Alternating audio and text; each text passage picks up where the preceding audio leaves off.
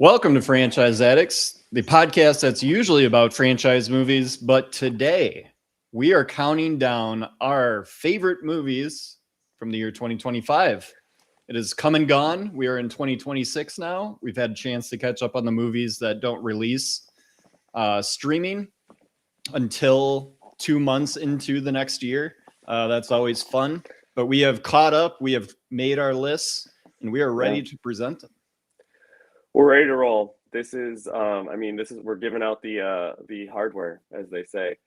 Do they say that with a list? I don't know. I don't think you can say that. I think that's awards. Although I do think that we will go over, I do think this, and we will do this. We'll go over some of the major top of the line Oscar predictions or the categories, and we will give our prediction. So I guess before we get started, Luke, 2025, good year for movies? Question mark. I think it was a great year for movies. Great year, he says. Wow. Okay. Yeah. Talk to me. A lot of the stuff on my top 10 would be maybe top 5, top 6 in other years. I definitely feel like it's a little bit stronger of a list than last year. Last year wasn't a huge movie year. Yeah, that makes sense. I more or less can. Yeah, you're right. I mean, when I did this list, I will say that the first 6, maybe. I mean, I like them all, obviously, but I felt like there was a really strong. It was kind of like running back in fantasy football this year. You had some obvious choices that were like tier 1, and then you're like, all right, now we're like, we're in the RB2 categories. Good RB2s, upside. Right. But that's. I mean, my number 10 movie is like one of my favorite movies from this genre in a while. So I do think that this year had a lot of variety in the types of movies that came out. A decent summer. We saw Eddington. We saw One Battle After Another late summer, September time. Yeah. We had 28 Years Later that came out over the summer. That surprised everybody with how good it was. So, I mean, a lot of surprises, a lot of stuff that we were anticipating. Another Paul Thomas Anderson movie. Yeah. And I think it shaped up to be pretty good. And I'm just putting you on the spot. What was your biggest disappointment? Oh, let me look here. I don't even know what mine is. Weapons. Oh my God. We'll get to it, my friend. We will okay. All right. No, that's fair. Yeah. If I'm giving my honest answer, I anticipated Weapons a ton, and it was, to me, a mid movie. It didn't give me what I wanted. I know that a lot of people really loved it, so that's bully for them. But yeah, disappointing to me. Mine would be The Testament of Anne Lee, which I did not get a chance to watch. But yes, you have a fun little story. Well, I'm not telling the story. Yeah, obviously you're not going to tell the story, but Chris had a moment during that movie, and it shaped the way that he viewed it. Which I think is something that's interesting. I mean, there are films that I don't have on my list that I think if I watched them again, I mean, because we're just we're obviously not getting screeners and spending all this time rewatching. That might be higher, but the state that you are in, as far as your overall mood, what's going on in life, I think that really can affect how you take in a movie. Which I might add, sir, Weapons, I think, was a little rough time there. So I live above that, Chris. You live above. I know you live above that. I'm just saying. I don't let my emotions cloud my judgment. And that's one of the reasons I respect you.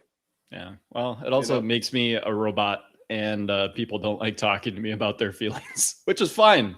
I don't mind talking to you about my feelings. I think you're a good listener. You don't like talking about your feelings, which is fine. I think that's the route that gets jammed up. Boy, Chris, am I going to talk about my feelings when we go through this list here? Because what a segue. I love this. Would you like to go first as my good friend? And all right, not to just take it myself. Chris, let's go through some honorable mentions first. The ones that didn't quite make the list. Let's ease into it. All right, so that's good. So, on my honorable mentions, I have four. All right, Okay.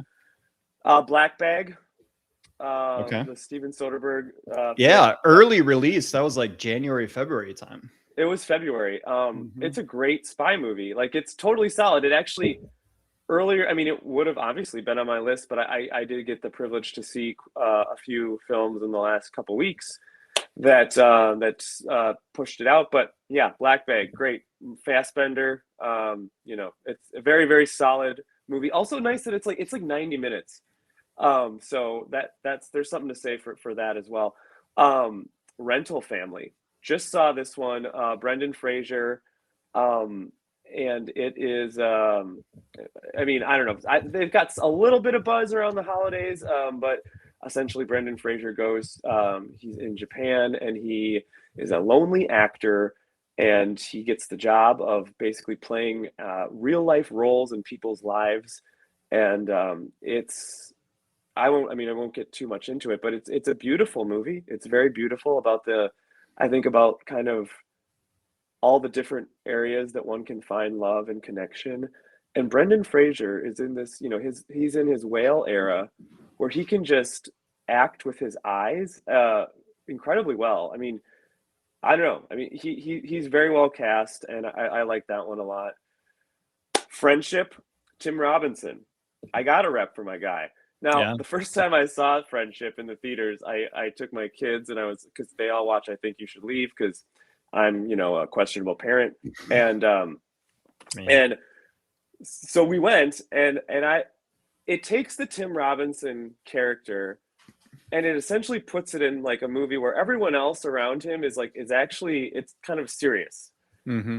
As his sketch show, everyone else is like ridiculous or very like cynically one dimensional. You have the Chair Company, one of my probably the best show, my favorite show this last year, but also that had a lot of very weird characters.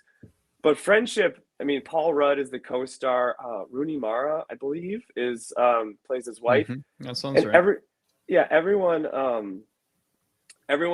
it's very serious. Everyone else is serious, and so it kind of takes his character and puts a different spin on it. But I really am a fan of what he does. And then my final honorable mention is Left-Handed Girl. Oh boy. Yeah, I really enjoyed it.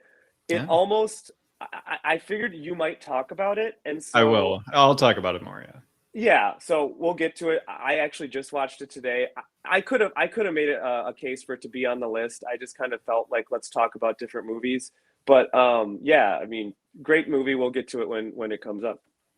How about Yeah. you? I'll say The Phoenician Scheme. Chris and I watched that together. Yeah, I'm loved it. definitely gonna have That to would watch yeah. that one again to fully appreciate it. I think with a couple more viewings, it might have landed on the list. I love Wes Anderson movies unapologetically. This was And a it's good a pretty one. yeah, it's a pretty standard, like higher quality Wes Anderson. Yep. I Um, almost had it on the list. Very, very much enjoyed watching that with you.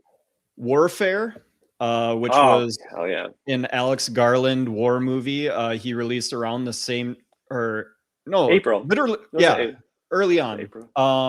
Really quality modern war movie that was super effective. Like Yeah. I can't believe he like just kind of threw that movie out there. Like it didn't get a bunch of fanfare or anything, and just fantastic stuff. Yeah, that's good. I'm glad you called that out. I mean, one of the most, I mean, not, I wasn't in war, obviously, but I know I say obviously, like you can probably tell I've never been in war. Like, really? Is that true? Me neither, Chris. The guy with the Midsummer shirt hasn't seen any action overseas. It's true. It's true, guys. But I thought it was, from what I can tell, one of the most accurate depictions of a war movie, and just the fact that like the entire film like is a nothing is being accomplished. Yeah, It's just like yeah. this is just a day that I they have have to move, right? so it might have made the list. I have another movie that has that similar theme to it that I just thought was better that is on the list. So I'll tease that. Okay. I also wanted to bring up, because I just took it off my list and replaced it with another movie. And that would be Marty Supreme. Okay. I'm making a stand, baby. It is not a top 10 movie from the year. It's kind of dying down on the Oscar buzz. I do think Chalamet was incredible in the movie. Yeah. It just is too much. Like, for me personally, I was bored by about an hour and 45 minutes into a 2.5 hour movie, because the same stuff just keeps happening. And maybe it's my own life being hectic and crazier and stuff like that, but like, I really didn't need to watch a young man be wild and crazy in those ways. Wild and crazy. I had it on my list originally. I took it off. I replaced it with something else. It is still a great movie. The fact that Marty Supreme is an honorable mention this year is a good sign. And then I just wanted to throw out Mickey 17. I really enjoyed Mickey 17. Whoa, bold. Except for the problem that everybody has with that, and that would be Mr. Hulkman himself, who sucked. Wait, oh yeah, Mark Ruffalo. Yeah, I mean, just it's so on the nose. That's the problem with But if movies. If that character is different, or maybe like not so over the top, that movie is really good. Well, you get a great Robert Pattinson. Yeah, I mean, he's going for it, and I think shows his incredible range, and he's awesome. But the rest of the film is just, it's so on the nose, and I don't know. Yeah. I think Yeah, that's why it's an honorable mention. But yeah, I respect it. For that type of movie. I think it did the job that it wanted to. It was a little over the top. That's why it's not in the top 10. So Chris, hit me with your number 10. Number 10. All right. So I wanted to get something on here that I didn't think anyone would that you wouldn't have, and to talk about it. So I put The Assessment. The Assessment. Okay. It's got Elizabeth Olsen, Alicia Vikander, and Himesh Patel. This is a science fiction film. Let me just get the director. It is, of course, it's directed by Fleur Fortune. I'm probably saying that wrong, but this is a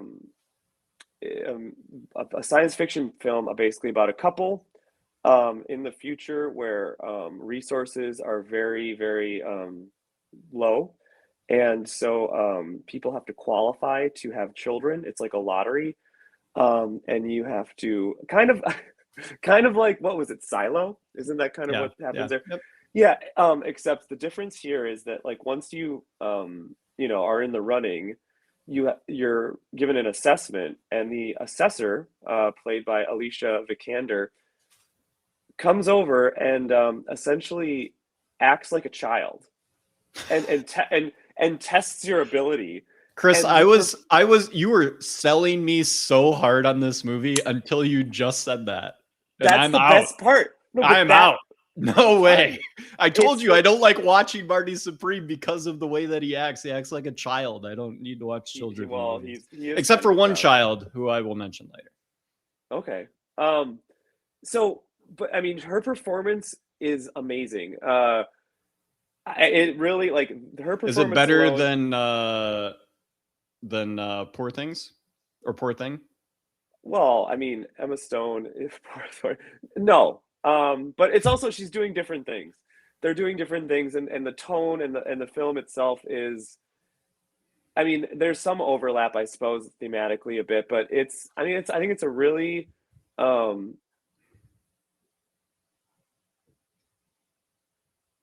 he froze midstream. That's tough. Well, hopefully Chris will come back. I will try and fill the dead air. Have not heard about Assessment. I'm curious why Chris didn't recommend it. Maybe it is because there is a adult trying to play a child in it, and I was so just absolutely like weirded out by Poor Things. I couldn't get past what she was trying to do in that movie, what the story was trying to be about. Just a lot of like weird stuff going on. But Yorgos is just gonna Yorgos, and that's just how you gotta live with it. And are we here? I'm here. He's back. This is guys, I'm so sorry. My cable or my internet, it's all bad news. I was going through how Poor Things really just like messed with my mind, and now I'm out on any of those types of performances. I'm looking at you, Francis Ford Coppola's Jack, with one of my favorite actors of all time, Robin Williams. I'm Jack. Yeah, that was. I'm looking at you, Big, Tom Hanks. I don't like that anymore. Big is such a good movie, though. Big is a good movie. A little problematic, but we can get into that in a different show. Anything more on assessment? No, just I think I think it was on Hulu, and I just think it's a movie that not a lot of people know about, and I thought it was a lot of fun. I think before I got cut off, I was talking about like the future world building aesthetics are really cool. There's some beautiful stuff. There's like a black void that they go into and make things out of particles. I like that. Very, it's an interesting movie. If you're a fan of science fiction and crazy performances, you should really check it out. It's The Assessment. Love it. That's my number 10. How about you? F1 the movie. F1 the movie. Brought to you by director Joseph Kosinski. Yeah. This was the big sports movie of 2025. I'm a big sportsman myself. You are. And this is a really effective sports movie. Brad Pitt. I'm going to get his name wrong. Damson Idris plays the young rookie driver. Brad Pitt plays the wily vet. He is. He's wily. And it's just a really effective sports movie, and the camera work that they were doing, getting these small, tiny HD, super HD 4K cameras onto actual F1 racing cars. It's just some of the best action you'll see all year. It was a lot of fun. I watched it with my boys around Thanksgiving. They all loved it. I guess, the more that we talk about it, I guess 2025 did have a lot of good movies. Not that I would pick a sports movie like this, probably, because I just wouldn't, but because I'm not the sportsman, you are. But it was great. It was a lot of fun. Yeah, I figured save my 10 spot for the most fun that I had watching a movie, which was probably F1. And now we'll get into the deeply depressing. Now we're gonna get into all the other depressing movies that I have. Fun is over. No more fun. Chris. Yeah. Number 9. I'm gonna do. I actually switched these up last minute. That's okay. I'm doing this on the spot because I looked at it, and I'm like, yeah, I'm doing this. Die My Love is my number 9. And Chris is 2 for 2 with movies I haven't seen. You said you watched the beginning and turned it off. Oh, right, that movie. Whoa, yeah. Yeah. Nope. Yes, and I stand by it. Another adult acting like a child. Clearly, I have a type. All right, and this movie is vibes. All right, so this is a lot of people.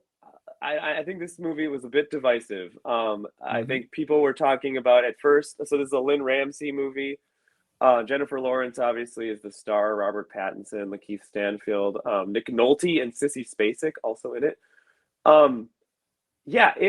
She does an insane performance, and it is loosely representative of postpartum depression, which it doesn't accurately portray. But again, like this movie, essentially, she's all over the place. I don't think the symptoms that she is showing are typical of depression. It's a crazy performance. The movie itself it's very moody. It's very strange, and ultimately turns into a bit of a study or a meditation on mental illness. But I like these kind of movies. They're not for everybody. And if you're looking for a straight line of like, well, this means this and this, no, it's not going to really give you that. Robert Pattinson is fine. Nick Nolte is good as someone that's losing his mind because I don't think he's acting. not at all. But I mean, Jennifer Lawrence, yeah, I mean, she really goes for it. And I mean, you know, is it akin sometimes to like an insane music video? Absolutely. But I'm here for that. So I thought this was a lot of fun, and so it's my number 9, Die My Love. All right, my number 9 is another look at mental illness. It is called Eddington. Oh, okay. I'll also talk about it, but not yet. Yeah. So, what should we do? Should we if I'll give the highlights, and then we can talk about it more when we get to it, where it is on your list. So Absolutely. This is Ari Aster's movie, came out this summer. Joaquin Phoenix, Emma Stone, Pedro Pascal, Luke Grimes. Tells the story. Butler. Yeah, Austin Butler cameo or not even a cameo performance, but just in for 5 minutes, basically. He's there. He does his role well. Yeah, just a fun look at COVID times and politics and shooting up an entire town when you have nothing left to do. I love how these are like mental illness movies. It was a lot of fun. I had a lot of fun with this one. Yeah, we'll leave it there and we'll talk about it more when we get to it on Chris's list. Number 8, Chris. Okay, so number 8 is a film I just got to see the other night. It's going to be Richard Linklater's Blue Moon. All right. Yeah. Let's go. Let's go. I just watched this yesterday. I would love to talk about it. Okay. So, I mean, this is Ethan Hawke in a play, you know, right? He's Hammerstein, right? Rogers and Hammerstein, I believe. No, he's replaced by Hammerstein. Oh, okay. So I forgot his name. Yeah, I can't remember his name either, but it is about Rogers, the composer of all these musicals, and then his former writer who he worked with for 20 years before you get the iconic Rogers and Hammerstein duo with Oklahoma. And it's basically that former writer played by Ethan Hawke is bemoaning his lot in life now that his partner has moved on. Yep. I thought this was so well written. I thought that Ethan Hawke he is a wonderful performance. Obviously, they make him shorter. I heard that the sets were made to be bigger so that, like, I mean, obviously there's a lot of stuff they're doing to get him shorter. So that's fun. Bobby Cannavale as the bartender. Great. I think Bobby Cannavale himself, I don't know, I think I'm outing him. I think he's a sober fella. So it's kind of cool. With him being the bartender with a alcoholic who's not supposed to be drinking anymore, who just keeps asking for drinks.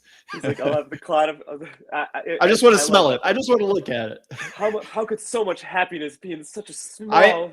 I love the second time the flower delivery guy comes and he tells him to pour him a shot and then he just sneaks it and he's just like, I'm going. This is it. We're in. I mean, I just thought this... I mean, so he plays this, you know, obviously this down and out obnoxious writer.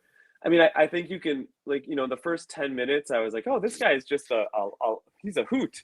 And then as he continues and will not shut up, you're like, okay, this guy's obnoxious. He literally has to be the center of attention talking, and he's just telling the same story over and over and over and to anyone that will listen. Yeah. And so, I mean, to me, this is a film about being robbed of your dignity and your worth because of comparison. Yeah. This guy, like, clearly, like, throughout the film, people talk to him and they say, like, your work was brilliant. You've done great things. But the whole movie, essentially, he's obsessed with two things. He's obsessed with the fact that Oklahoma is a bigger hit than anything he'll ever write, and he cannot stop criticizing how stupid it is. And then that he's in love with a 20-year-old woman played by Margaret Qualley, who clearly doesn't have any interest in him. So, I mean, I think that, and the writing is wonderful. And you know, at the end, he dies. His character dies, drunk in a alley, literally. And I think it shows us a very relevant thing in life, which is, like, you know, if we're always comparing ourselves, if we're always, you know, if we're not grateful for the gifts that we do have and the things that we do, the people in our lives and the things that we are good at, and we always are looking to compare, like they say, right, the comparison is the thief of joy. But it's just, it's so, Well, he's and also chronically stuck in the past. yes, Like and he's a storyteller and he loves telling stories about these great things he did in the past. And everyone's like, okay, like that's great. What are you doing right now? And he's like, well, right now I'm in love with this 20-year-old. And then everyone that he's telling this story to is like, I don't think this girl's into you. Like, this is not a positive step forward for you, my friend.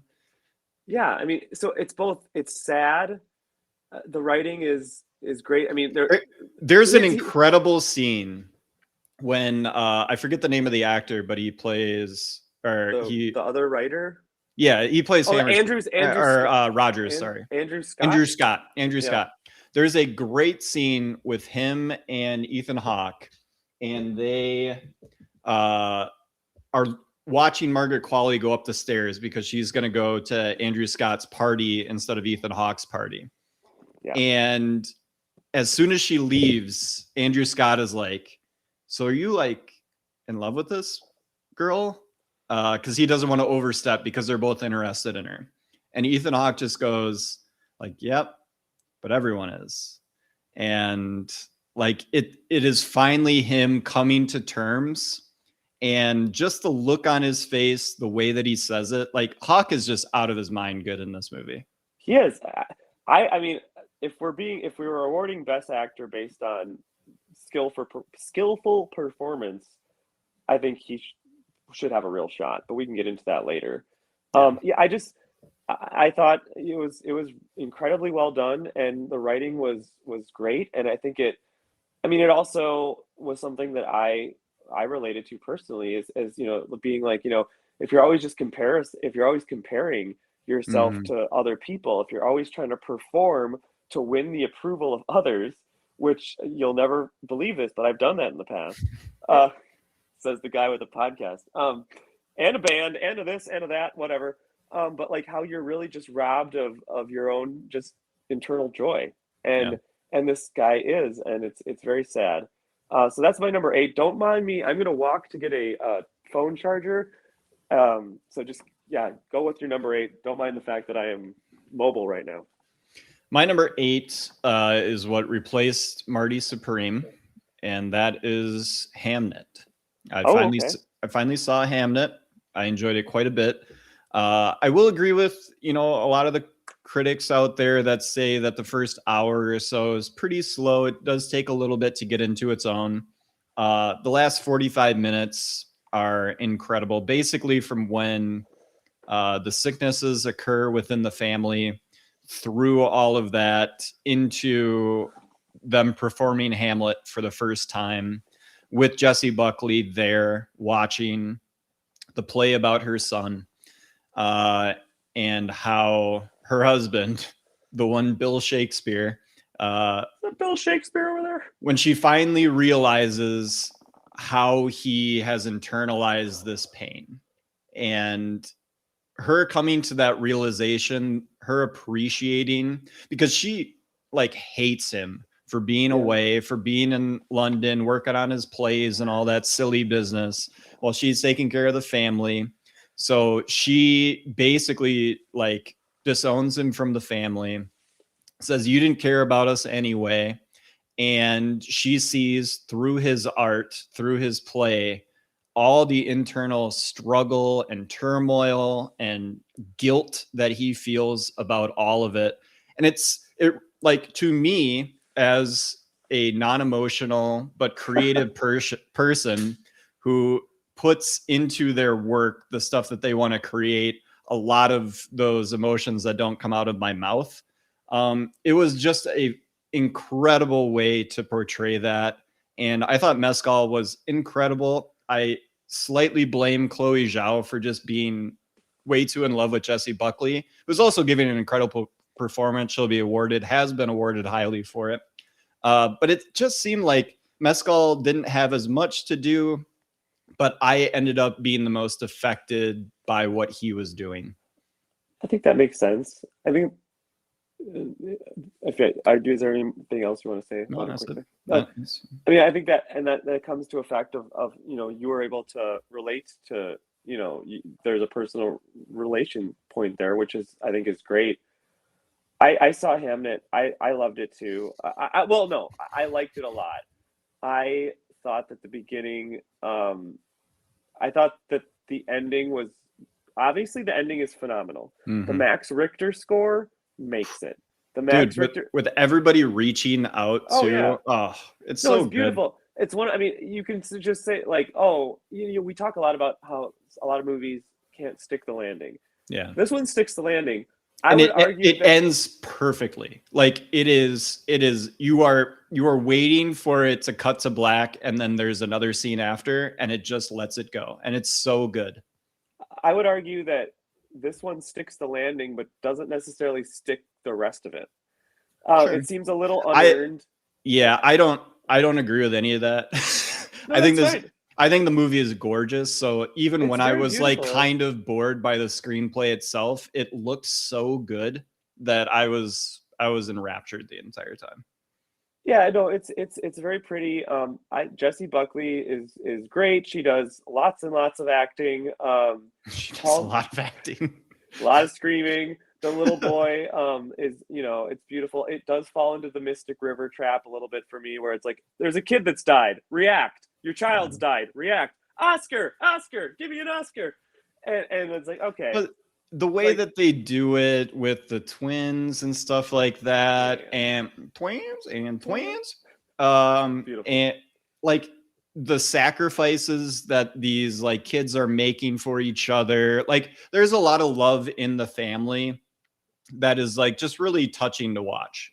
It is, and I think in a, yeah, I Well, and really then appreciate I it. mean, the ultimate punch in the gut for me is literally just the way that they, design it around the play being the final hammer at the end.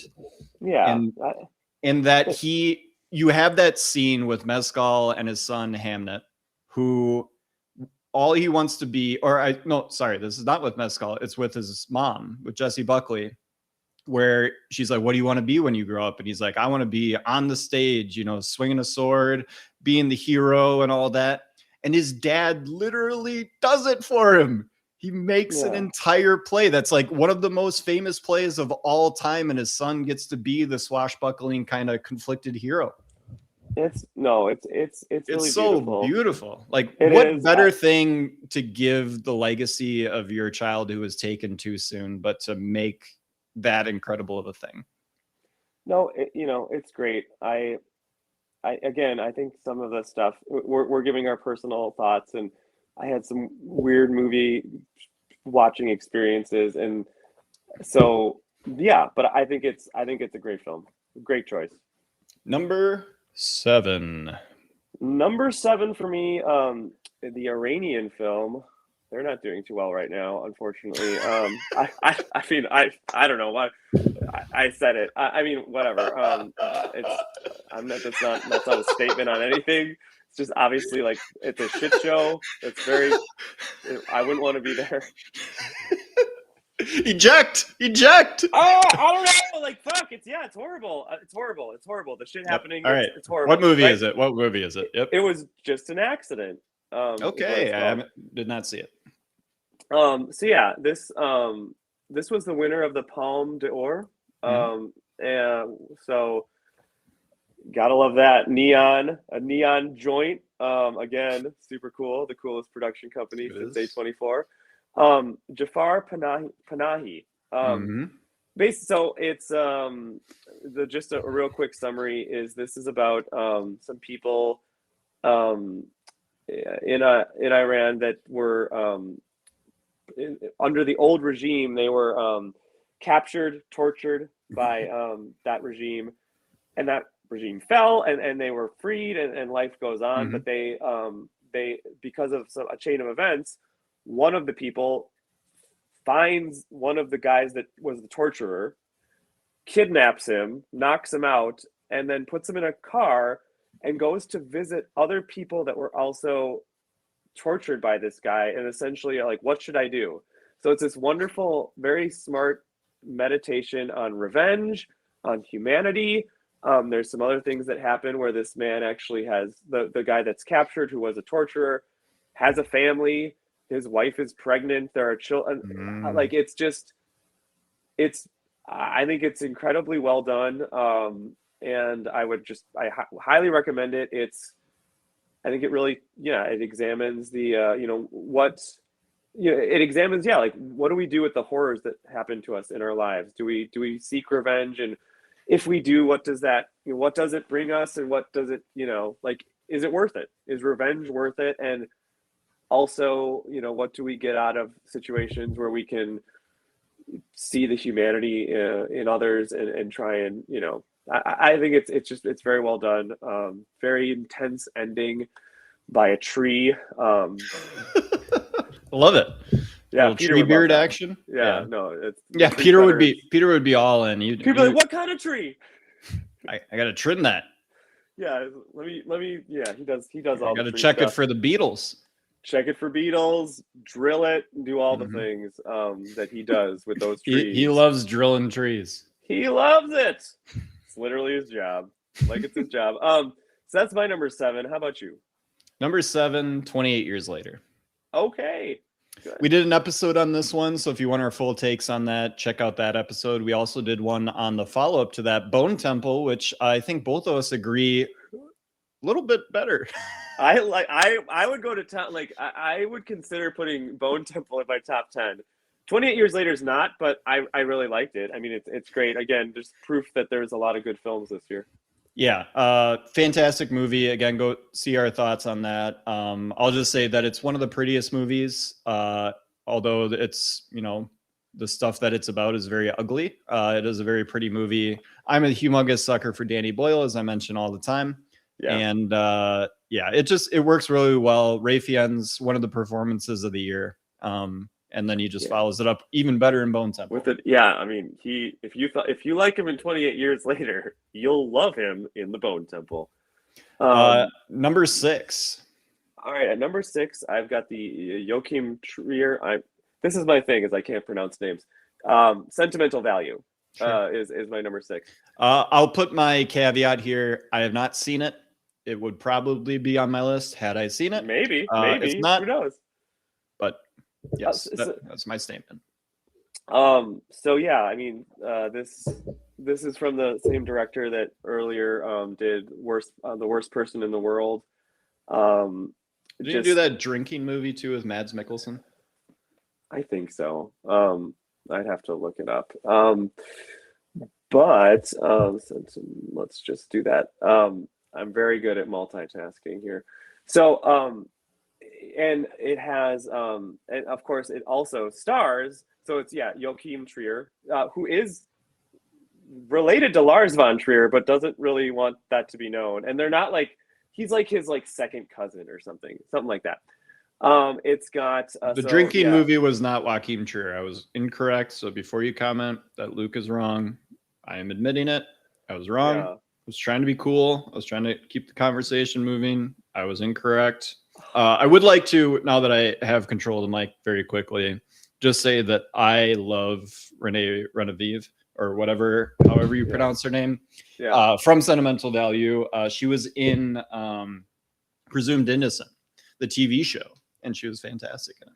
She is wonderful. I'm glad that she's getting this nomination. It's a really stacked Best Actress category this year, so I don't think she's going to win it. Wow, but definitely not going to win it. No, but nice that she gets a nod.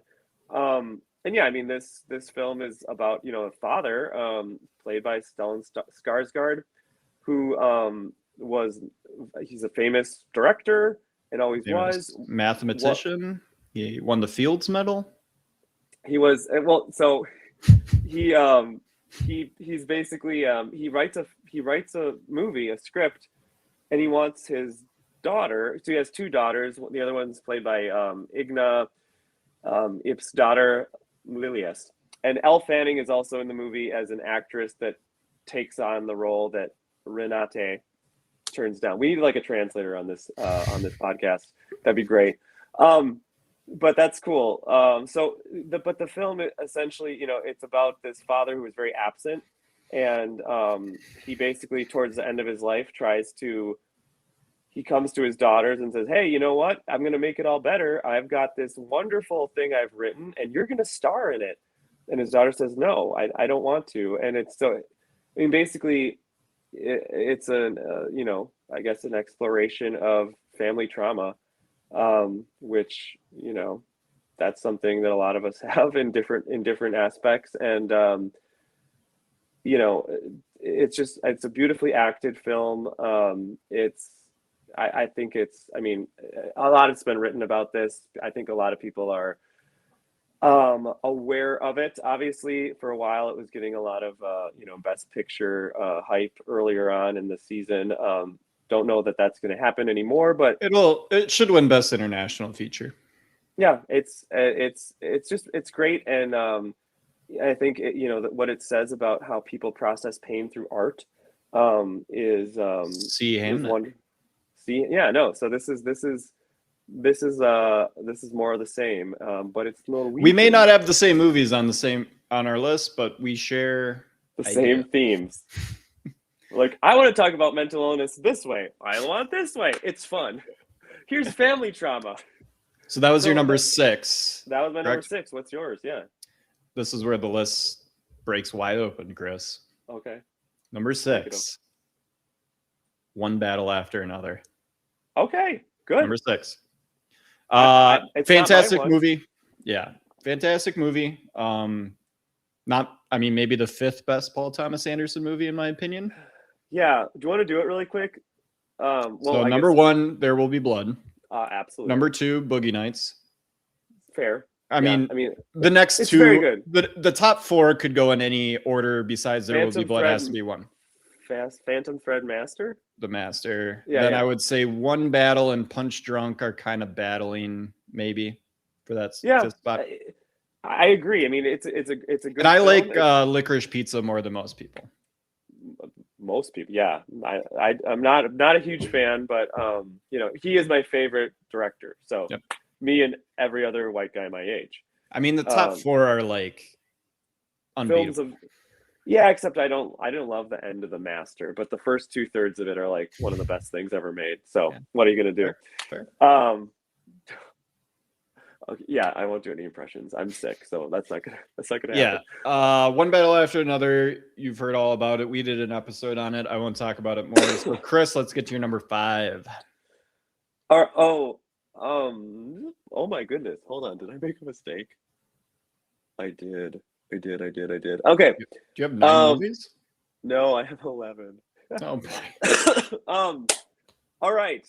So that's cool. So let's just sorry, I got Just do 11. a tie. Just do a tie. Yeah.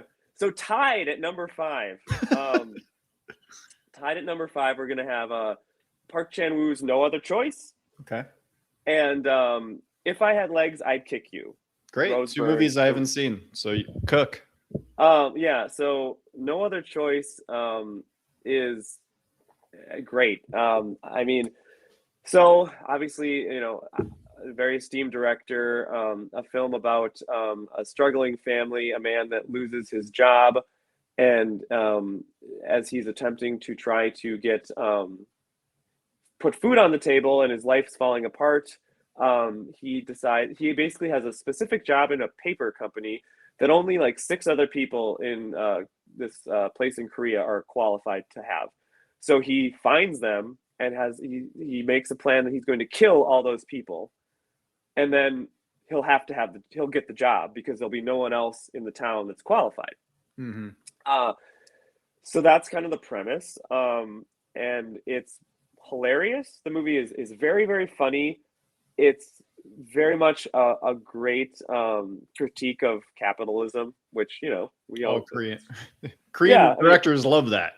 Yes, just showing this drive and essentially how this drive to win makes this man who's otherwise clearly seems like a very nice guy, a good father, do horrible things. Yeah. And it changes it also then looks at the relationships he has with these other people, his wife, his son, and at the very end, the end gets real weird and dark, and I'm obviously always up for Sounds like that. a Park Chan-wook movie. Yeah, so I would highly recommend it. If any of you have seen the movie Old Boy, that is also Park Chan-wook, and that movie does not end very nicely. No, I know that okay, Parasite, what's his name? I'm sorry. Bong Joon-ho? Yeah, Bong Joon-ho. People are like, oh, like he's like he's like the best Asian filmmaker. I don't think so. It's Park Chan-wook. For sure. So, although I do like a couple of Bong's earlier movies quite a bit. He's got good stuff. I just think he's inconsistent. So Park Chan-wook has Old Boy, classic, 10 out of 10. He's got Decision to Leave, which is a great modern just crime movie. Yeah. And then The Handmaiden, which is like his big epic. Yeah, he's amazing. I think that he has a vampire movie that's really good. I mean, this guy, he's done everything. He's a genre man. Yeah, he's like Guillermo del Toro. No, he's not. Get that out of your head. Nobody listened to what Chris just said. They just both have a vampire movie. That's Guillermo del Toro, to me, is like, I can't pick a type of person that he is, because then I'd be being very mean. But he makes like his movie every 1 or 2 years. He wins all the arts awards at the Oscars, and everyone's like, this is going to be the one, Best Picture. We got it. And by the time the Oscars start coming around, everyone has forgotten about Guillermo del Toro's movie. Oh yeah, suffice to say, Frankenstein, not on my list. I did see it. But is probably going to win 4 Oscars. It's not bad. I don't know. He does certain things well. I mean, he's great with visuals, and the rest is a mixed bag. Everything else is boring as shit. You're not totally wrong. No, he has made one good movie, and that movie is called Labyrinth? Pacific Rim. Fuck yeah. Hell yeah, brother. Pacific Rim is pretty cool. Not boring. Definitely not boring. Men in huge robot suits against kaiju dragons? Fuck now, Pacific Rim 2, not good, but he didn't direct that one. So, way to go, Guillermo. Can't put that on Guillermo. Okay, the other tie for number 5, If I Had Legs, I'd Kick You. So this is, I think that Rose Byrne should win for this. It's a Rose Byrne. This movie is incredibly hard to watch. It's on HBO. It is. I mean, that's why Chris has insisted that I watch it like 20 times. It's like Uncut Gems, but for moms. Like it's about a mother that is dealing with a child that has some very specific issues. Yeah, illness or not illness. She's in a feeding tube. I mean, she's got basically, yeah, she has an eating disorder. Mm-hmm. The film is directed and written by Mary Bronstein, who actually plays a small role in the film. She's awesome. It also has A$AP Rocky and Conan O'Brien, and then there's a cameo that isn't her husband, Conan her shrink? Yes, and she's a shrink as well, and her life is like beyond horrific mess. And it's like I can see this movie giving people panic attacks if you're not in the right place. But her performance is, I know that Jessie Buckley is also really great, and she very well may win the Oscar. I think that what Rose Byrne does is even better, and it's more with Jessie, it's kind of just like do crazy emotion. I don't know. I don't. They're both great performances. I don't just. She does a lot of stuff here, and obviously being someone that grew up watching Rose Byrne in all kinds of stuff, a lot of comedies and things like that. To see her do this is really impressive. Everyone's good in it. They make some stylistic choices on what you see regarding the child, what you see regarding the father. Who the father turns out to be is kind of a cool twist. this movie is funny at times in a really twisted way. This is something to behold. I don't know if I guess I would watch it again if someone like really, to like show somebody, but it's not like it's incredibly hard to watch and it's incredibly stressful. So that's my number 5, my other number 5. What's your number 4, Luke? My number 5. Thank you. Oh, your number 5 is Ballad of a Small Player. Oh, okay. The much maligned Ballad of a Small Player. Director Edvard Berger, who brought us what was the movie last year about the popes? Conclave. So this is his follow-up to Conclave, which got Oscar noms and stuff like that. This movie was not received very well, but it was received well by me. This is a story of a gambling addict who finds himself in Macau, and he is being cut off by the casino that he is kind of their high roller at, but he has since lost basically all of his money. The hotel, casino are kicking him out, and he is trying to figure out what to do with the rest of his life. The law is coming on him because it turns out that he's stolen money and then moved to Macau, so they're trying to get that money back. And it is basically just this absolute deep dive into a addict spiraling out of control, and it turns Macau, the city, into basically his hell that he is in. And it's just it's a beautiful movie about suffering, and that's why it's my no. I get it. I don't know. Go on. But the question that it's asking is a good one. Is like, is there a way out of this? Like, how can he redeem, or not even be redeemed, but how can he get his head back above water and not completely drown? That's on Netflix, right? It is. Yep. Yeah, I'll have to check that out. Like you said, it came and I didn't hear anything about it. I just knew it's Colin Farrell, and so I had to tell you. Awesome. That's good. Yeah. Yeah, it's based on a novel by Lawrence Osborne. I think they changed a couple things in some of the research that I did on it, but not dramatically. I have not read the book yet. I would love to read the book. But yeah, I really enjoyed the movie. Maybe it was just the content of it appeals to me. But I just couldn't understand why it was so maligned, because it looks pretty. The performance is great. Colin Farrell, I mean, you talk about Rose Byrne, like, basically taking it down to her basest elements to try and portray how much pain and suffering she's going through. Colin Farrell's doing the same thing in this movie. Like, he is sweaty. He is gross. He is talking fast. He's slamming food into his mouth. Like, he is gross and disgusting, but you're still cheering for him somehow the entire movie. I love Colin Farrell. I'll have to check that out. Number 4, Chris. My number 4 is One Battle After Another. Heck yeah. So, I mean, we've already talked about it.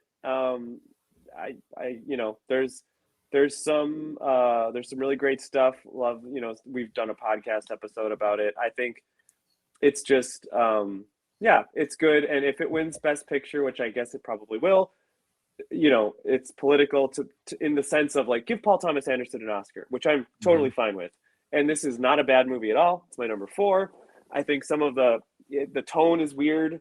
And I'm not sure what it's trying to say politically outside of maybe nothing, or it's so absolutely cartoonish that I think some people are championing this movie because they're like, yeah, because of everything going on politically. I'm like, okay, I guess, but I don't know that this says anything about any of that stuff outside of just like some real basic cartoon characterizations that I think are actually kind of stupid and have no nuance whatsoever. But you get Sean Penn as Colonel Lockjaw. That's entertaining. Like, I hope it's a damn interesting performance. So that's my number 4. All right. This is where I get a little bit weird because I picked a documentary. Do it. But it is the war movie that I teased early on. It's called 2,000 Meters to Andreevka. Okay.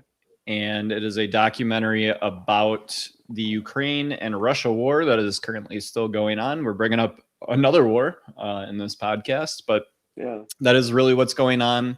It's about, it follows Ukrainian soldiers that are trying to accomplish this mission, which is to basically take over this town called Andriivka, which has been taken over by the Russians. It's like a population of like 100 type town or something, but like a train station or something, train lines run through it. So it's kind of like an important military outpost type of place.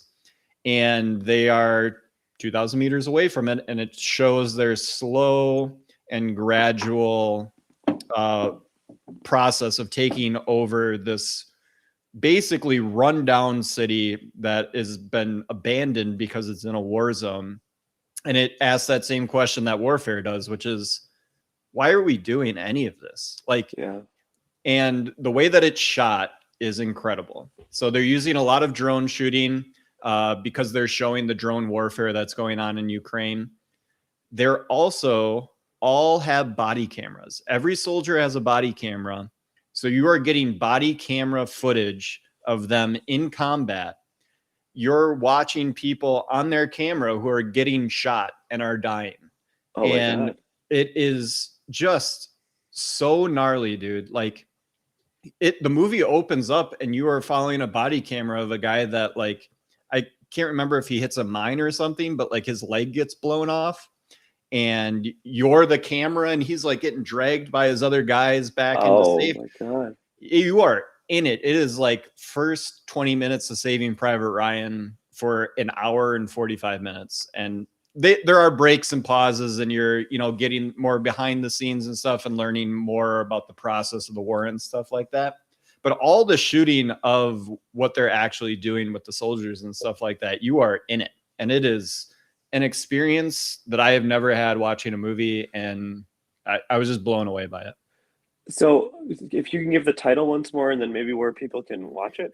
2,000 meters to Andriivka. I rented it on Amazon Prime. Okay. And I can't remember. There's a news agency that did the funding for this. The actual documentarian, the guy that is the director of the movie. Yeah. You see him in it. He's from Ukraine, and he works like with this news I can't remember if it's like Newsmax or something like that. But it's no. I don't know. I cannot remember. It might even be the Associated Press, like the AP, that are funding this. But, it's obviously slanted towards the Ukrainians. So if you're Russian and you don't like the Ukrainians winning, I don't know what to tell you. But that's what it's about, and it's great. And awesome. I almost don't recommend people, because if you don't want to experience that, you don't. But if you are looking for a war movie, kind of just a jump in for an hour and a half, see how devastating war is, maybe have a better interpretation of how you should be talking to people about the current war that America's in and whether or not it is a useful thing to do. Watch this movie and you will be reminded over and over and over again how pointless war is and how many senseless deaths just occur.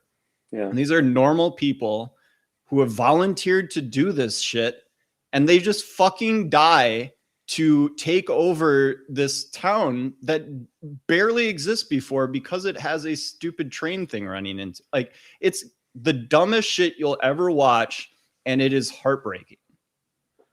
So there, I'll get off my podium, but that's my number 4. It sounds really good.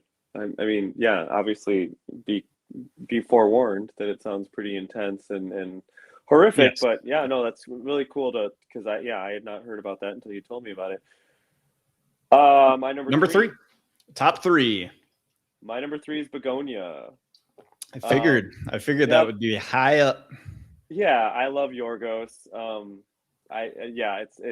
I really, I know that because of Poor Things, this isn't. I mean, I'm very happy that it got nominated for all the areas that it did. I'm very happy that it was like an hour and a half. We could talk about it. I just loved it. I mean, I don't know, like the performances by Emma Stone and Jesse Plemons, remarkable. I mean, really, really good. and just the weirdness of it all, and the twists and turns that it takes. It's very dark. The ending, I mean, yeah, the ending is kind of takes you for a I like loop. that they went for it. I like They that went for it. they went all in. And what I didn't know though is this is based on this was based on a movie that came out. I think it's a Korean film, like in like 2013 or something. That's kind of this. It's like Attack of the Green or Save Our Green Planet. I started to watch a little bit of it months ago. Begonia seems better, but I don't know. I don't know. It had such a it was heartbreaking. What belief will do. I guess like the power of conviction, right? The power of I guess to a degree black and white thinking, the power of just I mean, we see this, and this will be very evident in honestly the next two films that I'm going to talk about, but the power of the stories that we tell ourselves and the lengths that we will go through, the things we will do to other people, the things we will do to ourselves, because of what we truly believe. And I think in the environment that we're at currently, socially, with all of the shit that's going on and all the different ways different groups get different pieces of information, this is more relevant than ever. And incredible performance by the cousin of the Jesse Plemons character who has a mental disability. Oh yeah, he's really neurodivergent in real life. Yep. So an actual super affecting though, really affecting. Oh, I mean, and heartbreaking. Yeah. Weird choice to put basket case on when they electrocute her, but that's fine. And then the Greek comedian Stavros, what's his name? Halkus? Yes. Stavros Halkus, yeah. That whole part. I mean, this is why it's a Yorgos Lanthimos movie. Like, we have to have some weird sex stuff has to happen, and that's I don't know. I just to paint the picture of like who is the mystery of like who is Jesse Plemons. Like we get some like some cues to what his life was like before, but like I don't know. I just thought it was a ton of fun, and the flashbacks. I don't know. I just thought everything. I thought it was one of my favorite movies of the year. So there you go, Begonia. Yeah, I didn't even mention this in my honorable mentions. I knew you were going to have it on. I enjoyed this film quite a bit. Not enough to put in my top 10, but I thought it was great. Yeah, I mean, he's one of the best filmmakers working right now, in my opinion. So yeah. He's definitely interesting. My number 3 is Left-Handed Girl. This is directed by Shishing So. Writer, you'll know him, Sean Baker. Sean Baker, my man. He's coming back. I hated Enora, but I love this movie. Which I pitched to you as the Florida Project in Asia. Which I think I understand, but also it explores different themes. Well, you have a kindly older gentleman who is kind of looking after for this kid because her mom's too busy and stuff like that. So you have that element, which is very Florida Project-y. You have the sister who's, dabbling in sex work and stuff like that, and, trying to figure out her life and what she wants to do. And it's just a really, beautifully simple movie about life and the complications that arise. And, just trying to make it and, do the best that you possibly can while everyone's asking you for money. And, you're just trying to do your thing. And the themes of like, and I think obviously this is maybe more relevant in Asia, but of like mothers expecting their daughters to get married and that and single mother parents in Asia is just like there's kind of a stigma to it, and everyone's like, well, why don't you have a man in your life that can help support you and do all this sort of stuff? Like, why are you being so stubborn and you're just on your own? And the mom in this, like, she just wants to be, take care of her daughters the best that she can and figure this all out. Obviously, there's a big twist at the end that then kind of makes things make more sense why they're, living the way that they're living. Yeah. But incredible child performance by Nina Yi. Yeah. She is just the cutest thing in the entire world. She just knocks it out of the park every scene. I mean, yeah, I could definitely. And the sister, I don't have her name up, but the sister's incredible too.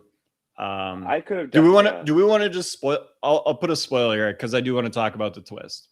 Yeah, because okay, I haven't asked you about it. Skip ahead really quickly. 2 minutes. Yeah, and it's on Netflix, and I really think that you should watch it if you're listening. I mean, if you like Sean Baker movies, it's really good. So okay, but spoiler, here we go. Yeah, so you could potentially have guessed because there's only so many things. If somebody told you there was a twist in the movie, there's only so many things you could guess. But you eventually find out that the sister, so there's a mom and then there's 2 daughters. That's what you originally think. You find out that the young girl is actually who she thinks is her older sister is actually her mom. Yeah. And you find out that the reason why the mom has taken her in as the daughter is she's trying to protect her daughter. And so that she's, men are still like, want to be with her because she's not, some young single mom or whatever. And all this like just complicated family event at that dinner for the mom's birthday. And it just goes insane. Like the most insane family reunion gathering thing you could ever possibly have. And I was loving every second of it. It was really, yeah, it's great. And I love the music. I love the way, it's shot, and yeah, the performance. Did you love Johnny as much as I love Johnny? He's the fellow shop guy that has the shop next to the mom that's always going over there. He's got his little microphone thing. Yeah, no, he's awesome. He's incredible. Yeah, he's a good dude. This was a great one. I recommended for 3/4 of this movie before it turns into just family drama. I had the biggest smile on my face. I just loved watching the young girl and the sister just bop around, exploring the streets, exploring the markets. When she almost cut her hand off, I was yelling at the television. Oh. Dude, and then her fucking grandpa, who's like, stop using your left hand. The devil hand. Smack him every single goddamn time, which is where the title of the movie comes from. Because apparently, like, older Asian culture, at least where they are in Asia, like, they force kids to be right-handed. Taipei, Chinese Taipei. Yeah. Yeah. So yeah, they force kids in the olden days. The grandpa keeps getting reminded that, like, we don't do this anymore. But in the olden days, they forced every kid to be right-handed. Yeah. So, I mean, yeah, just like, but even that, but with the spiritual element of it, like the devil hand and like what you say to kids that makes an impact on them that you don't even realize it. You're kind of just saying it just to say it because you're a grumpy old man or whatever. Like, yeah, stop using your left hand. That's the devil's hand. And then it impacts so many decisions that she makes. Like she becomes a thief and she thinks that, it's her left hand that's forcing her to steal all these things. And I love the scene where her sister, her mom, takes her to each one of the shops and she has to say I'm sorry. And all the shopkeepers are so nice. And they're just like, they are. Yeah. Don't do that again. Yeah. This movie warmed my heart, Chris, so much. Good. Yeah. It was beautiful.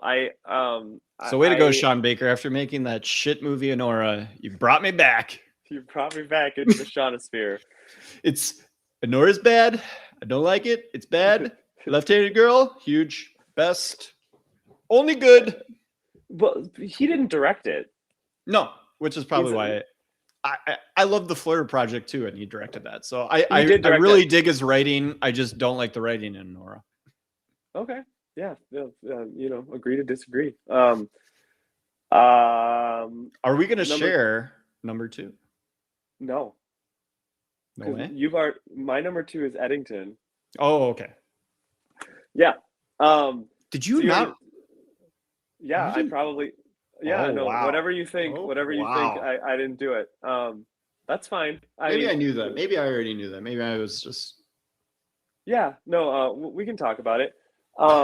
We will. But Eddington, this is a really, I really like this movie. I think it's today is March 12th. I think they had something that just came out on like a 30 for 30 on how March 11th or something, 2020 was like the day that the pandemic started. Apparently that's like the day that people are putting down. There's been some stuff that's come out that's tried to talk about the pandemic. There's a lot of stuff that's come out that's tried to talk about politics and the divisive world that we live in that's been broken open even wider due to the events that happened before and during and after the pandemic. This film is very cynical, like Ari Aster tends to be, but I also think that it is honest in its in how it looks at, how it cynically looks at everything that was going on, basically saying like, everyone was full of shit. Mm-hmm. Like there wasn't, I think in this time, it's also does such a wonderful job of showing us that the way that we got all this, the way that we were fed, everything was through screens that I'm looking at right now. It's all, the one of my favorite scenes is when Joaquin Phoenix announces that he's going to run for mayor, and you just see him doing it on his phone. Yeah. And everything, the weird shaman that Austin Butler played, we see him on the computer, and there gets into the whole child pedophilia stuff that was happening around that time, and it's just the confusion, the chaos, the fear, and the hatred that were the outcome of this. And everyone's a person. Everyone was truly scared. And it turns into a cartoon movie by the end. I will say, but at the end, Ari Aster just says, "Okay, we've done enough." And he just hits the gas and he blows it up. And he's like, "Okay, we're gonna get nuts now." That's fine. That's what he does. I'm a fan, clearly. I just think that some of the stuff that has, that is portrayed in that movie are things that I think a lot of people are. I'm gonna sound so but I'm going to sound whatever. I'm going to say it kind of scared to talk about, because oh well, if I do this, then am I a horrible racist, or if I this, or what side am I on, and if I do this, what does that make me, and all the chaos and division that happened. And I'm not saying that those things were, everyone was. I think the stories that everyone was telling themselves was that they were doing something for a good cause, and they were being righteous, and sometimes I think there was a lot of good intentions. I think there was a lot of bullshit intentions, and also we were all cooped up and we were going crazy. And this film absolutely captures that. And you've got Joaquin Phoenix, one of our greatest living actors, doing his thing. The cast is great. Emma Stone having this very small role is interesting. I had a chance to rewatch this one, and I really just think that, for example, we just talked about Honora. Will Honora stand the test of time? Will we give a shit about Honora in 5 years? I like that movie. I don't think we will. Eddington, I hope, will be something that we can look back on. And yes, it's long and it gets crazy at the end, but I think it really touches on some things that a lot of other films and a lot of things just stray away from. So I could talk all day about it, but that is my number 2.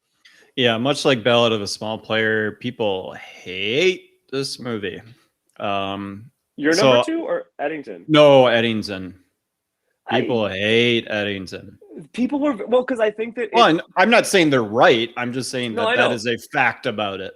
I think that's to a degree, by design. Yeah, it's basically it's challenging some of the yeah. It's how you know it's how you know it's good art when people hate it. If people don't hate it, it's not good art. Because one I'll wrap up here, but one battle after another is very cartoon. It's here's the good guys and here's the bad guys. It's very clear, right? Or at least I would absolutely say that. I'm radicalized now. I've been radicalized by Eddington. I've been radicalized by how long it's taking us to go through this list. I fucking hate One Battle After Another. It sucks. Okay, do it.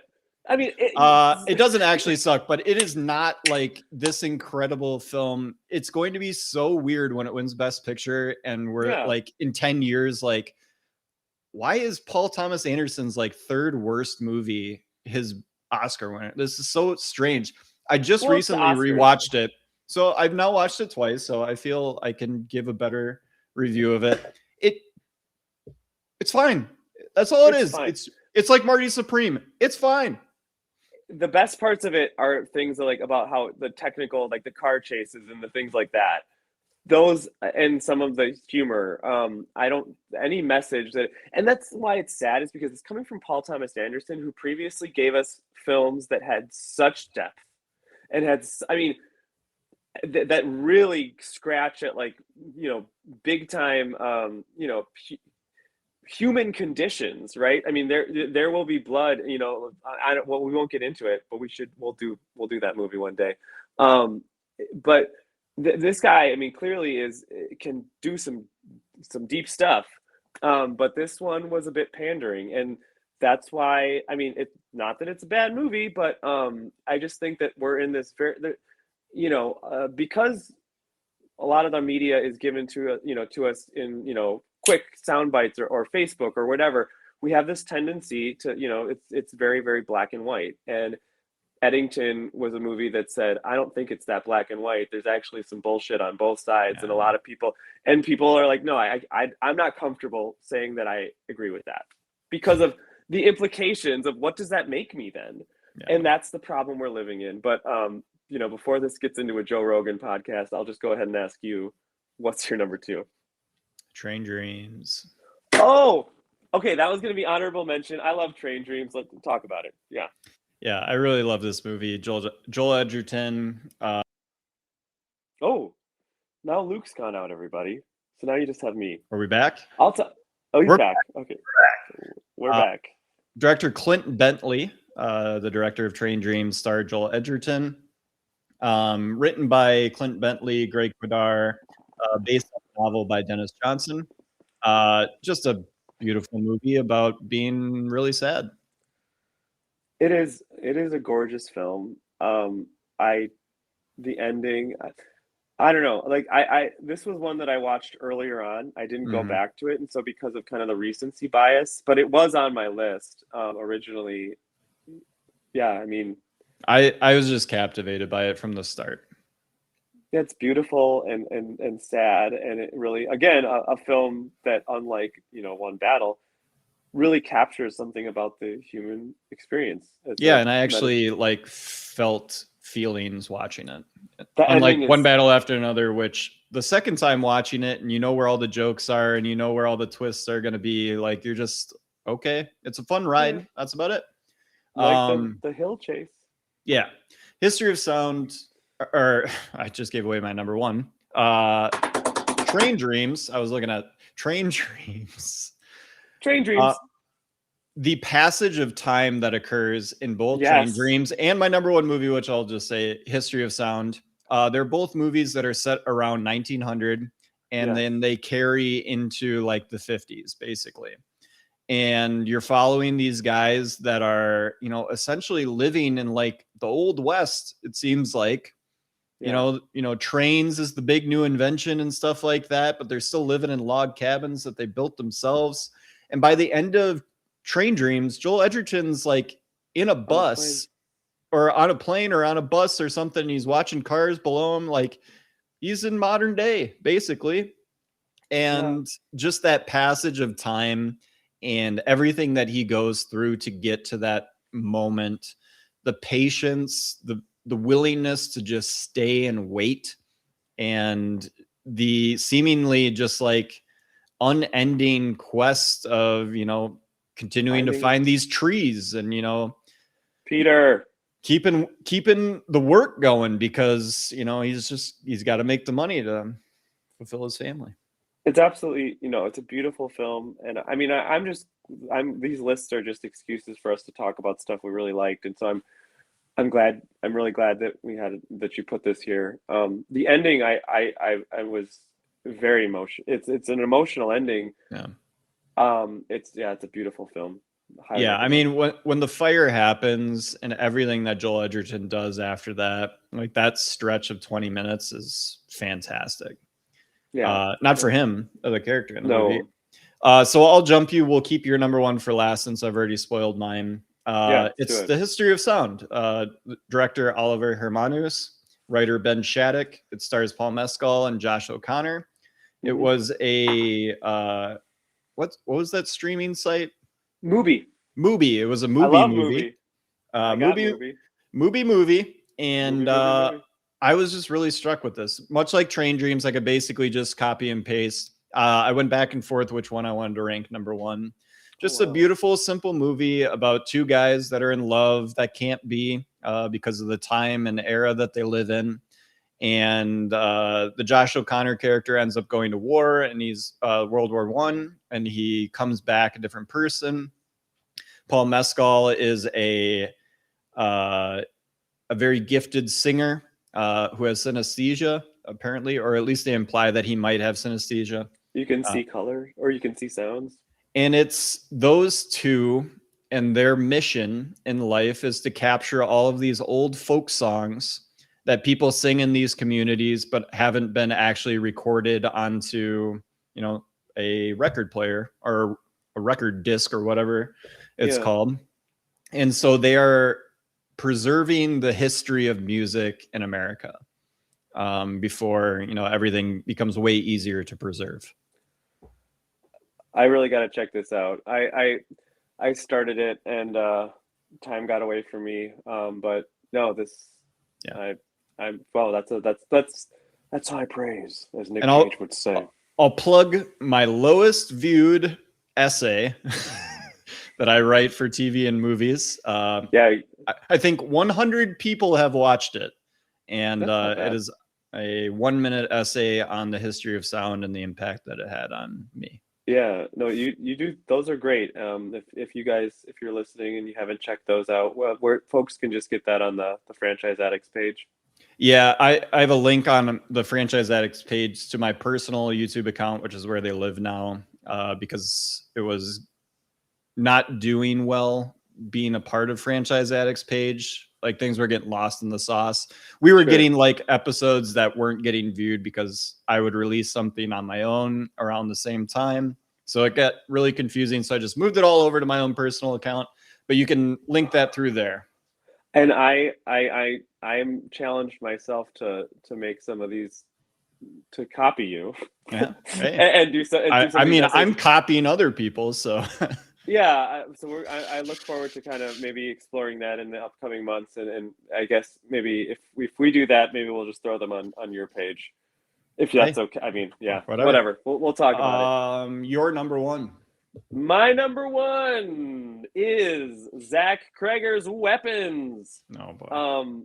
I Shoot your I shot, love buddy. this movie. I'm Yeah, staying out. this is I mean, you want to talk about having fun watching an original piece, watching a film that, I mean, some of my favorite genres, right? Horror and comedy, they're up there. And what this does, I mean, it has these segments. I mean, I don't know, a lot of people have seen this already, so I'll talk spoilery with it. Like the first segment with Julia Gardner is a pitch perfect horror movie. I saw it in the theater twice, and then I saw it once on streaming. And to see it in a theater, that moment when the mom walks by the car with the scissors, and then you wait 2 beats, and then you hear the car door open from behind.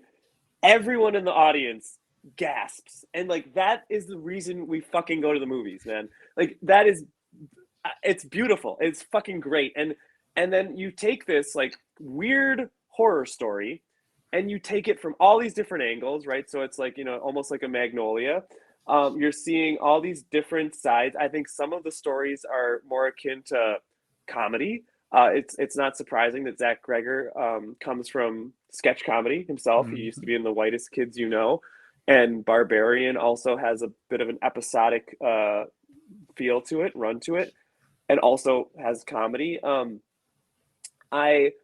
I feel like, you know, we can talk, and I mean, the Amy Madigan performance is amazing. She came out of nowhere. I think it's an incredibly effective horror movie. It's funny. It's interesting. You don't see where it's going. And here's the funny thing. So the first time I saw this, the first time I saw it was with you in the theater. And as it's revealed, like kind of what the whole rub is, and like what the, you know, this, you know, the whole witchiness of it all, I was like, oh, you know what? I actually think I don't even like this as much as I thought. And I was bummed for a second. Yeah, I had the same thought. But sir, then the actual ending, the finale came, and when you get, don't fart on that ending. You can, I don't, do you have a pulse? If you watch I'll do the ending. It was amazing. That's an amazing, the kids running like that. I mean, so stupid. No. I mean, agree or disagree. I loved it. I thought the spectacle, I mean, yeah, it's fucking ridiculous. Of course it's ridiculous. Many things that happen. This movie is quasi-comedy. Like, this movie isn't asking you to be like, no, this is like Hereditary. It's not. It reminded me of when I played youth soccer, and we used to like dogpile our coach after we won a game. Did you rip his face off? Well, I mean, we could have. We were like 10 children jumping on a man, but yeah. And you know, I think that so, you know, but yeah, different. Your mileage may vary, and I get that. I just like the fun that the sense of like excitement, and I mean, it brought me back to kind of the feelings you get when you watch, you know, really fun movies as a kid or whatever, and you just like, this is why we go. This is why we love this stuff, because it's so, I mean, you know, and this is obviously, I mean, it's kind of, it's gory and whatnot, but, you know, almost in a cartoonish way. And, you know, it's an interesting, weird idea. And even as you peel it back, you find out that, like, okay, the mystery is maybe not the craziest, coolest thing that you'd want. But I had so much fun really with it. And the individual parts are greater than the actual story. Josh Brolin is, I mean, he does a fine job. He's in it. I mean, well, because he was a producer, like, so he was just like, yeah, throw me in at this role. I mean, you don't necessarily need that to be Josh Brolin, but it does not hurt that it is. That's fair. What does it mean? What is the film about? I mean, I think there's multiple ways, you know, there's avenues you can take. I'll take one about, you know, like the you know, the different going back to like the stories and the stories that we it's tell ourselves. Hansel and Gretel. It's, you know, the big bad wolf. Well, I think we can get a little more like symbolic about like how the, you know, the community, and when they don't really know what's going on, they are so quick to jump to different conclusions, and there's so much you know, aggression, and no one really knows what to do, and ultimately these, you know, these things are weaponized. So then we can talk about, I mean, there's that scene where the AK-47 is above the house in the dream, and they asked Zach Greger, they said, genius level.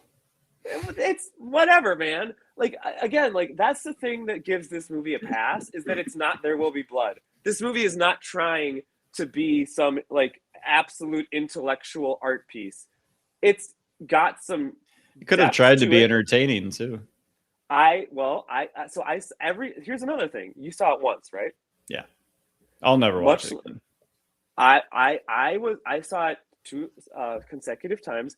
It was better each time. And I think because of the way that it's put in such an episodic nature, as you know, like if you watch it a second time and you know what's happening, it actually is very rewarding and like a very fun rewatch. So Anyways, I've said my piece. I love weapons. Well, here's the thing that I've come to learn, I think this year, and I think weapons is really my jumping off point for this. I don't think I like horror movies.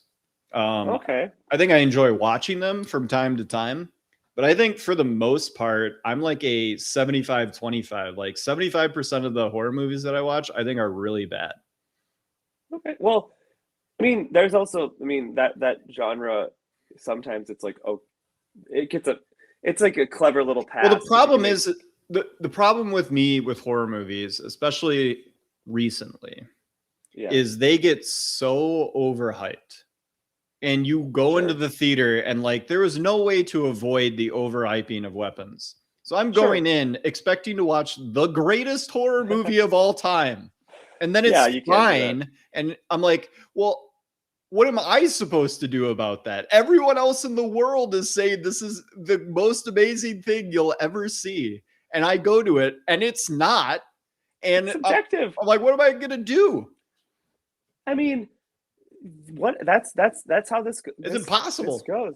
I mean, you know, but I get that. But every other movie that everybody said was good last year, I thought was also good. So, you know. Yeah, I mean, you know, mileage may vary. Do we want to do? So yeah, I mean, let's do some quick Oscar predictions really quick here. Yeah, before we head out. So let's start. We'll do the higher ones. We won't go through them all. Let's go. We'll start with the screenplays. Okay. Best original screenplay, we've got Blue Moon, It Was Just an Accident, Marty Supreme, Sentimental Value, and Sinners. Wow. I'm gonna go Blue Moon. Yeah, I'll go there. Sentimental so Value. I think Sinners. I mean, I would guarantee Sinners is gonna win, but yeah, we can do like Sean and Amanda did on The Big Picture, what we think is going to win, what we wish would win. So I would say I wish Blue Moon would win. I think Sinners is going to win. I maybe give it Sentimental Value might have a shot, but I don't know. There seems to be steam picking up behind Sinners, and so there you go. Adapted is Begonia, Frankenstein, Hamnet, One Battle, and Train Dreams. So I'll say One Battle probably will win. I wish Train Dreams won. Yeah. I will go. I guess I wish Begonia would win. But I mean, you know, Train Dreams great too. But yeah, I think it's gonna be a One Battle night probably. And so this just makes sense that they'll win. Best actress in a supporting role, you're probably gonna have to carry this. Elle Fanning, Inga Lilius, sister, Amy Madigan, Winnie Masaku from Sinners, and Tiana Taylor from One Battle. Amy Madigan should win, and I think she might.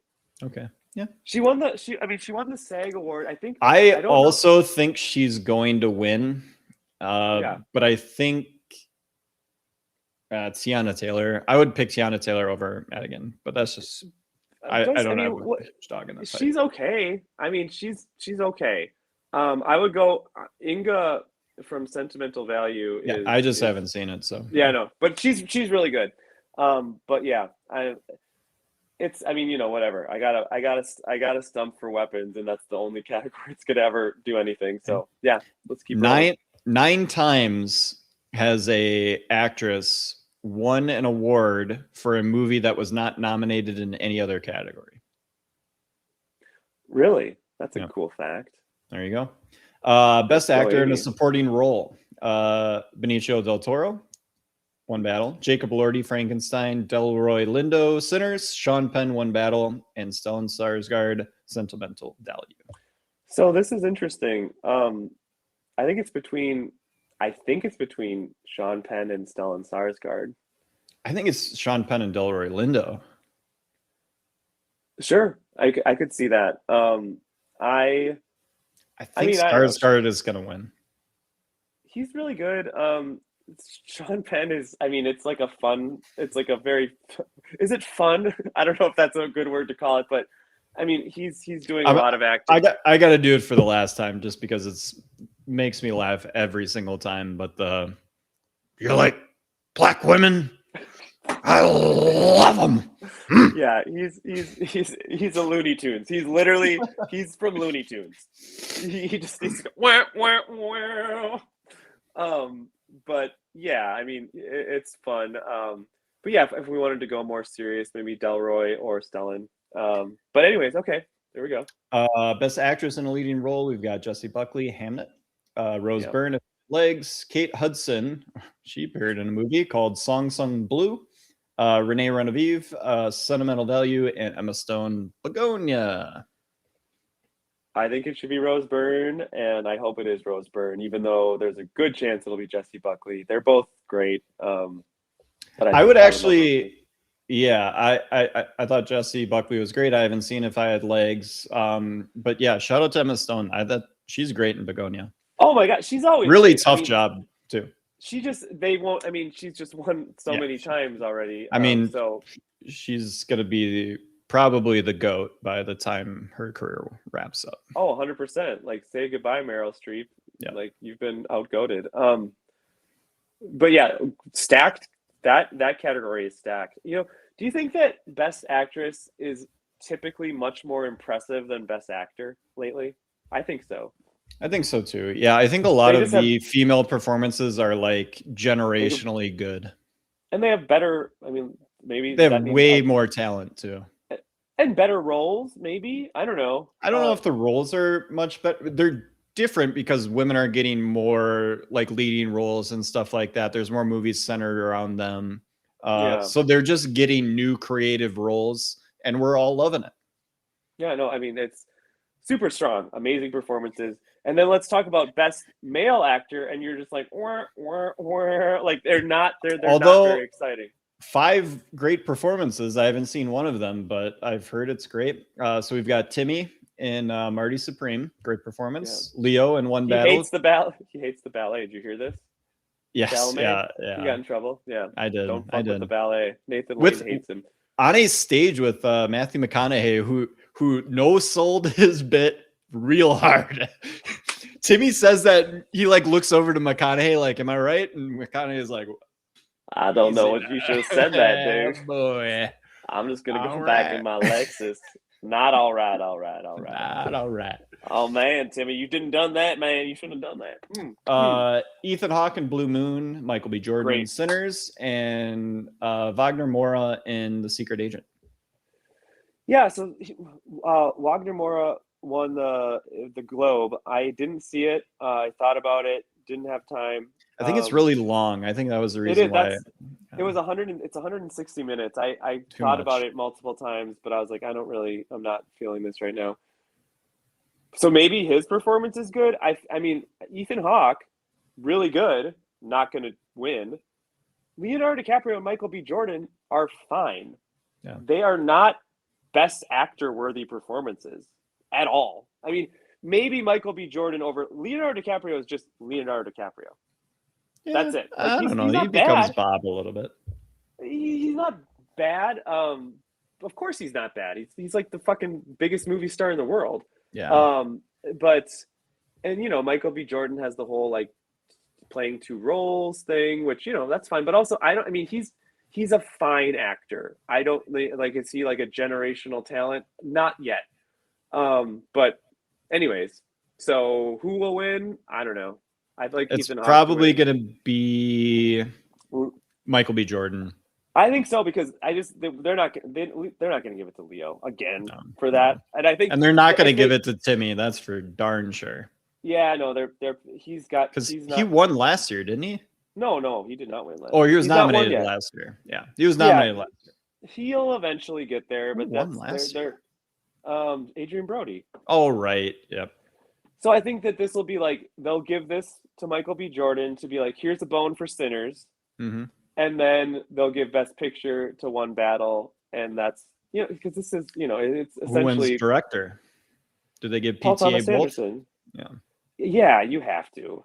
I would be pissed if they don't. I mean, Ryan Coogler's he's good. He's made some great movies. But the whole thing is we're giving Paul Thomas Anderson an Oscar and like because he's made other good shit that hasn't won in the past. That's the whole point of this. Just a quick shout out. What's up to Sports Nuts? Followers on Twitter X. Thanks for showing up, guys. You're the first podcast, a part of that community, that has ever tuned into one of our live shows. So good job, guys. Thank you. Best picture. I think it's going to go one battle. I will say that if Delroy Lindo wins Best Supporting for Sinners, watch out. Sinners is going to win then. I think they'll give PTA, the director, as the consolation prize.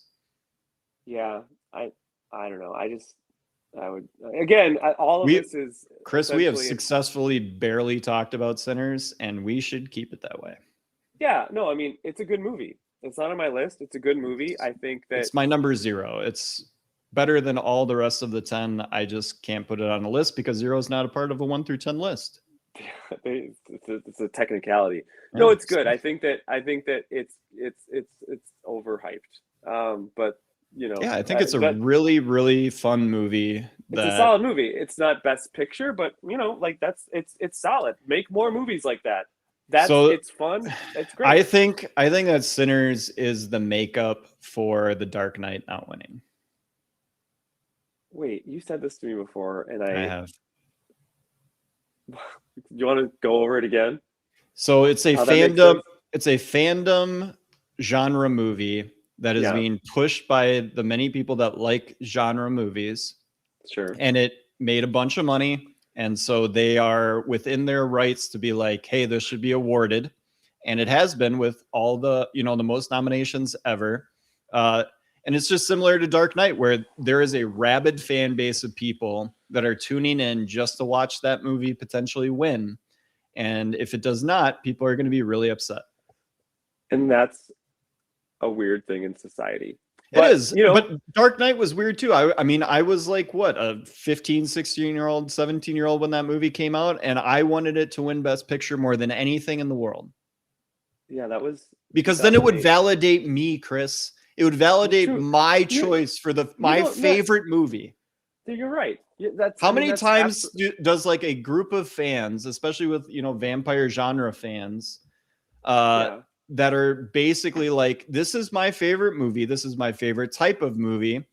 This fancy pantsy award show is finally recognizing it. Like, I want it to win more than anything else in the world. Like, I completely get it. I completely understand why people want it. I mean, my number 1 movie was Weapons. So, I mean, my number 1 movie is a movie no one watches and no one consumes any content about. Like, it's a nothing burger, but it's my favorite movie. And I wish it would be nominated, but it's not. I don't have the support. Sinners has the support to do it. So they're going all in. Yeah, no, I mean, it's interesting how these things, but of course they are. Like, they're like, I mean, I don't want to say political. I mean, yes, I'm going to say political. I don't mean it like from like a left and right thing. But like it's it's positioning essentially. I don't know, but it always has been. And that's just how this goes. And that's fine. Like, I hope that everyone enjoys the show. Conan is going to host. I love Conan. And just it's a fun time. So hope everyone enjoys it. I hope everyone enjoyed our show. Thank you. Let's wrap this up by going through our lists once more. T to B, top to bottom, or bottom to top, B to T. So Chris, give us your 10 to 1 for the fans. Yeah. So my number 10 was The Assessment. My number 9 was Blue Moon. My number 8 was Die My Love. Oh, I'm sorry. I swear. My number 10 was The Assessment. And my number 9 was Die My Love. My number 8 was Blue Moon. My number 7 was It Was Just an Accident. My number 6, Sentimental Value. My number 5, No Other Choice. My other number 5, If I Had Legs, I'd Kick You. My number 4, One Battle After Another. My number 3, Begonia. My number 2, Eddington. And my number 1 movie of 2025 is Weapons. How about you, Luke? So satisfying to do that. My number 10, F1 the movie. Number 9, Eddington. Number 8, Hamnet. Number 7, 28 Years Later. Number 6, One Battle After Another. Number 5, Ballad of a Small Player. Number 4, 2,000 Meters to Andreevka. Number 3, Left-Handed Girl. Number 2, Train Dreams. Number 1, The History. of sound. You have such a sensitive, beautiful list. It is, Mine is but it like kind of starts off with like what movies made money and people were talking about F1 the movie, Eddington, 28 years later, one battle after another, and then my top Sure. 5 are like movies no one watches. That's good. I mean, shit. We, we all have heard about a lot of these. This is as famous- much a recommendation list as it is awarding the best movies of 2025. The Oscars does that for us. So we give our awards to movies that don't get that recognition. Absolutely. No, I love you. I really love that you really, chose some films that a lot of people haven't seen, myself included. So I've got some good recommendations, and I hope that everyone listening does. And so, Chris, what's your favorite scene from? Just really drop that out. Your favorite scene out of all of your top 10s. Who's your MVP out of all your top 10s? Who is the performance out of all the top 10s? I mean, I don't know. You don't have to do this off the top of your head if you don't want to. Yeah, because I'm not going to be able to do it. I have no idea what my favorite scene is. I have no idea what my favorite performance is. Okay. Yeah. I mean, I guess we won't. My favorite performance is Nina Yee for Left-Handed Girl. Give her the Oscar. I would go with Rose Byrne, I guess, from If I Had Legs, if I'm looking at my list here. Do you know who my MVP is? Who? It's you, Chris. Oh, well, that's crazy because you were my MVP. That's so weird. Oh my god! All right, let's give our list a rating out of 10. I'm gonna give mine a 9.8. Yeah, no, perfection can never be achieved. You can never quite get to perfection, but it was close. I'm practicing being humble, so I'm gonna give mine a 9.7. Great, love it. Yeah, highly recommend our lists. I highly recommend this podcast. I think all of this is great. It's exactly my style. I mean, I couldn't agree more with the hosts, their opinions. They're insightful, and they are full of it. Yeah. No technical difficulties to speak of. Not at all. Nothing. Not at all. Beautiful cell signal is giving me this voice right now. So we look forward to doing some more Mad Max. We're going to finish off that series, and then we'll talk about what's next. We don't even know. We don't know what's next, but we're really excited to lots of fun new stuff coming up for the franchise Addicts. We're getting bigger. We're getting badder. And it's going to be an exciting summer, Chris, with the franchise Addicts. You better believe it. So yeah, I'm really excited. There's going to be, like you said, everything you said, lots of good stuff. So everyone that's watched and been with us now, this is our second year of doing our best of. This is wonderful. It's one of my favorite things, and just happy to have the chance to do it. So thank you, Luke. Thanks, Chris. See you guys later.